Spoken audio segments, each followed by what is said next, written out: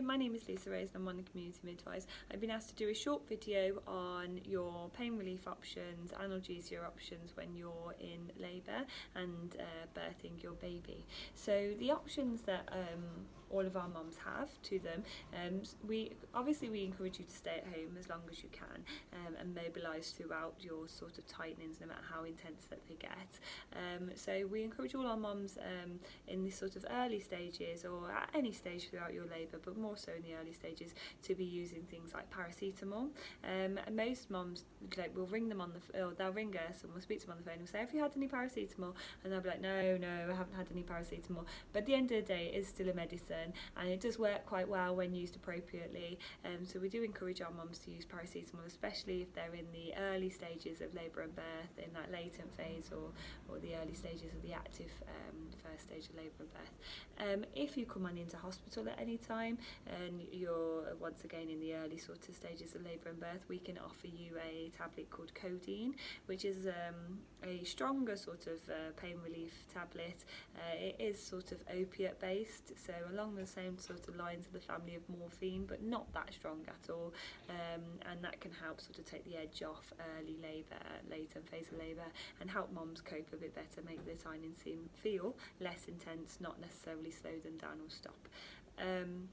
We encourage the use of water to a point. Within the current pandemic, we're not able to offer water births in hospital, I'm afraid, anymore, because it's been shown that the coronavirus can transmit through fecal matter, and when women are birthing, quite often they have their bowels opened when they're in the pool, so there is a possibility then that it puts staff, mum and baby at risk. But water can still be used really well in the early sort of stages of labour, especially if you're at home and you have a bath.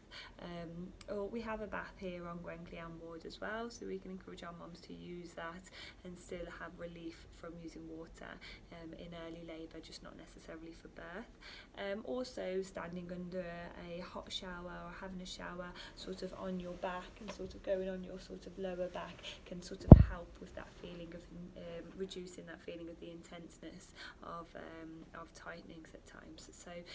So water is still valuable, especially even now, and even though we're encouraging you to stay at home, it's a good idea to use water and have a bath frequently.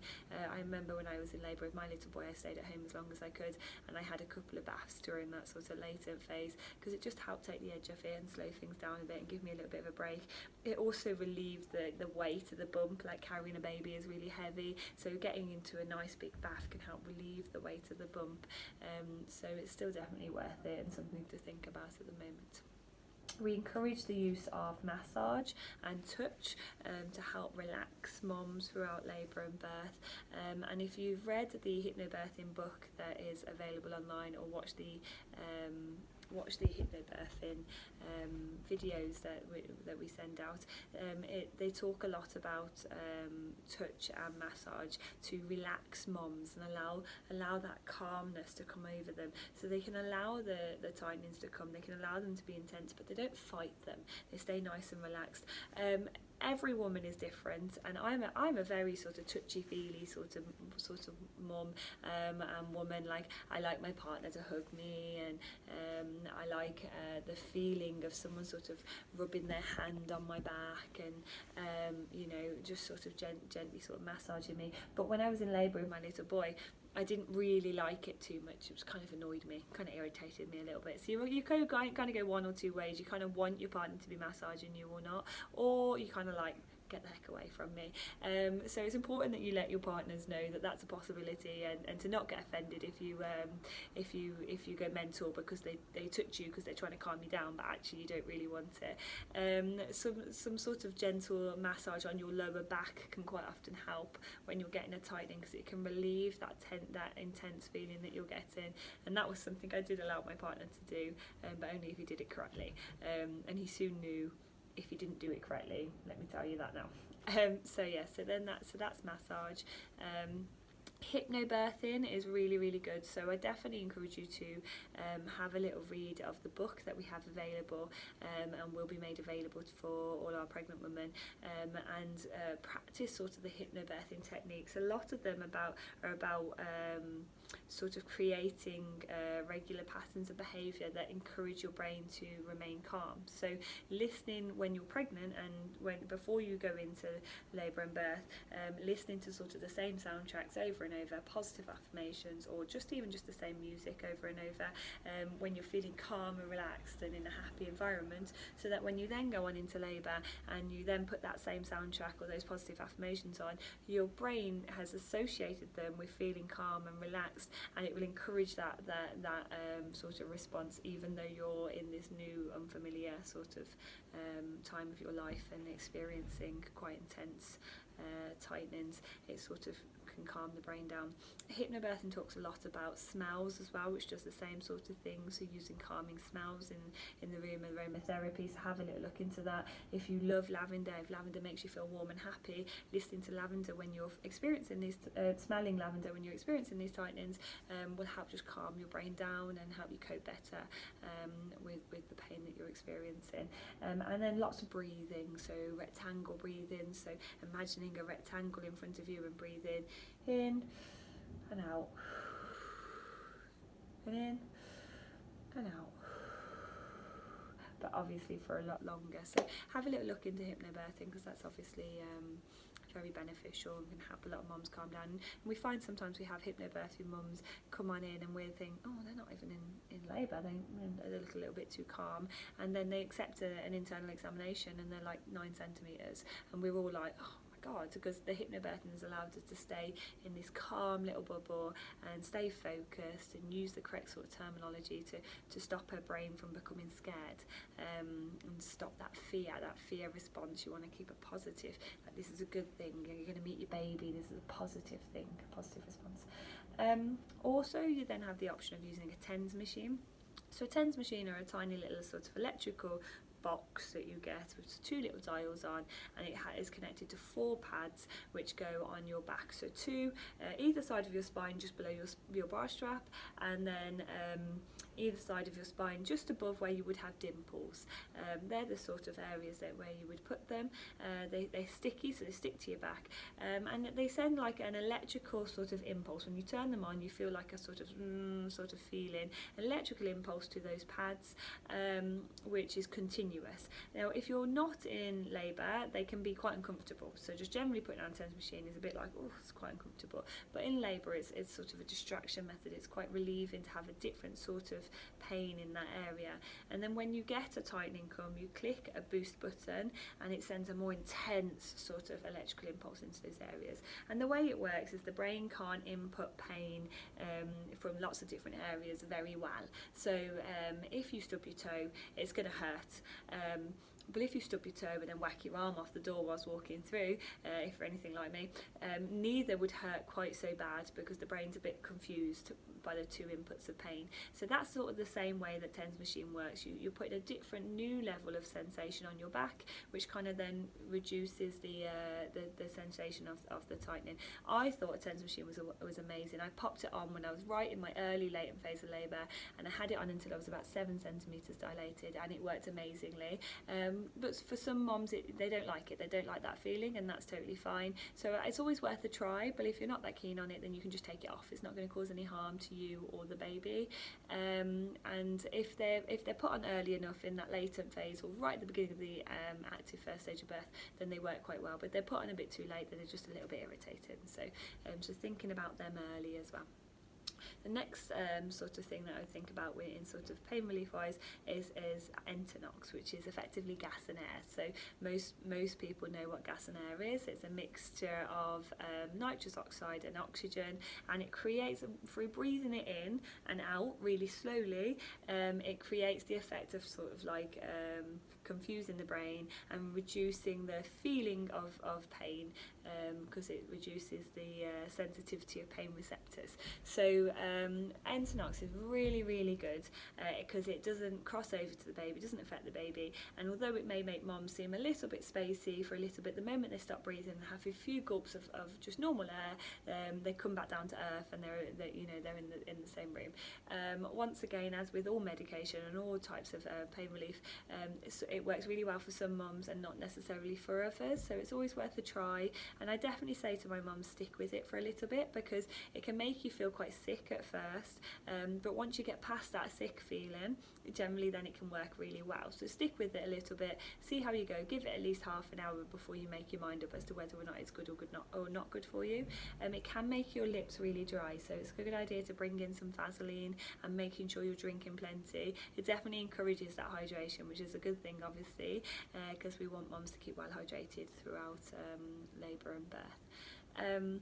The next option of analgesia that you have is something called pethidine, which is a morphine-based, an opiate-based injection, which we would give you. It goes into your leg or your bum, and it is quite strong, because obviously it's in the opiate family, and it has the effect of reducing that pain that you're feeling, making it seem a lot less intense.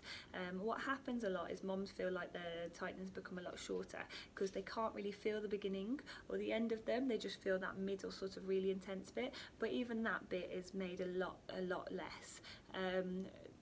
It will make you feel quite sleepy. It makes most mums feel quite sleepy, so it can make you feel a little bit out of it, a bit dizzy, like the room's spinning a little bit, and some mums don't like that feeling. If you're not someone if you're scared of that feeling, then we would probably try and avoid pethidine, but it really helps relax your body as well, because you're sort of in that mindset. It kind of just makes you just relax your muscles, so you stop sort of fighting the tightenings as they come, and by relaxing you allow your body to progress quicker, and quite often people will dilate quicker when they've had pethidine, because they can't fight the tightenings anymore, and they just allow it to happen, and the body just starts to open up. It does cross through to the baby, so it has the risk factor of making the baby quite sleepy. We wouldn't give it you if we thought the baby was going to be born within about an hour to an hour and a half, because we know the side effects on baby, and we know it can make them quite sleepy. And if the baby does happen to be born, because we don't have a crystal ball, so if you happen to labour really fast and the baby is born within about an hour and a half of having pethidine, quite often they can come out quite sleepy, and they just need a little bit more stimulus from us, a bit more of a towel rub on their back, maybe taken to a separate area to have a good old rub of them down and sort of irritate them a little bit to make them breathe a little bit more. And so there is that sort of side to it, but it only has it lasts in the body for about 4 to 6 hours. So if your baby's born after the time, or after the hour and a half shelf life within the system that it has, most babies are quite alert and don't seem to have any effect on them. And then the last sort of pain relief option that we have here in Bronglais is an epidural. So an epidural is really the only type of pain relief that we can offer you that has the opportunity of removing all or most of your tightening sort of pain. If it's sighted by an anaesthetist, it's a needle into your back. They have to find a specific space, so you have to sit in a certain way, you have to sit very still, and you have to stay very calm, and they get you to sit in a certain position, which is sort of like a hunched over, sort of pushing your lower back out sort of position over a sort of pillow, and then they have a feel of your back and they numb it, so you can't feel that big needle, you just feel tiny little stings whilst they numb the area, and then they find a certain space and they put this drug into that certain space, which then has the effect of numbing you from sort of like the top of your stomach right down to your legs. You can still move your legs, but you won't be able to walk on them, but you can still move them, but if it's sighted correctly and works efficiently for you, then it has the opportunity of removing most, if not all, of the tightening pain that you're feeling. But it works differently for everyone, and sometimes it has a bit of breakthrough pain, so it works really well on one side but not necessarily on the other side. You just have to see how you're coping with the with how it's working. It then is attached to a pump which has a continuous drug going through it, and you get given a little clicker button, so you can, if you feel like the effects of the epidural are starting to wear off and you're starting to feel the tightness come back, you can click it and you can boost it. It also has like a timer on it, so you can't sort of overdose yourself. It's capped at a certain amount that's safe for you, so it doesn't affect your breathing, doesn't affect sort of how you are generally, your health generally. The side effects of having an epidural is that sometimes it can get rid of the feeling and that urge to push, so you need a little bit more guided pushing from us, and sometimes you need support to help birth your baby because of that lack of mobilisation, because obviously you can't move, you have to stay on the bed, and we can encourage you to turn from side to side, but other than that there's not really a lot of mobilisation that you can do, so it can sometimes lead to needing support by a doctor to help birth your baby, whether that's through an instrument or more encouragement from us. So that's your main pain relief analgesia options: paracetamol, codeine, water, massage, hypnobirthing, TENS, Entonox, pethidine and an epidural. If you've got any questions, I do encourage you to speak to your community midwife.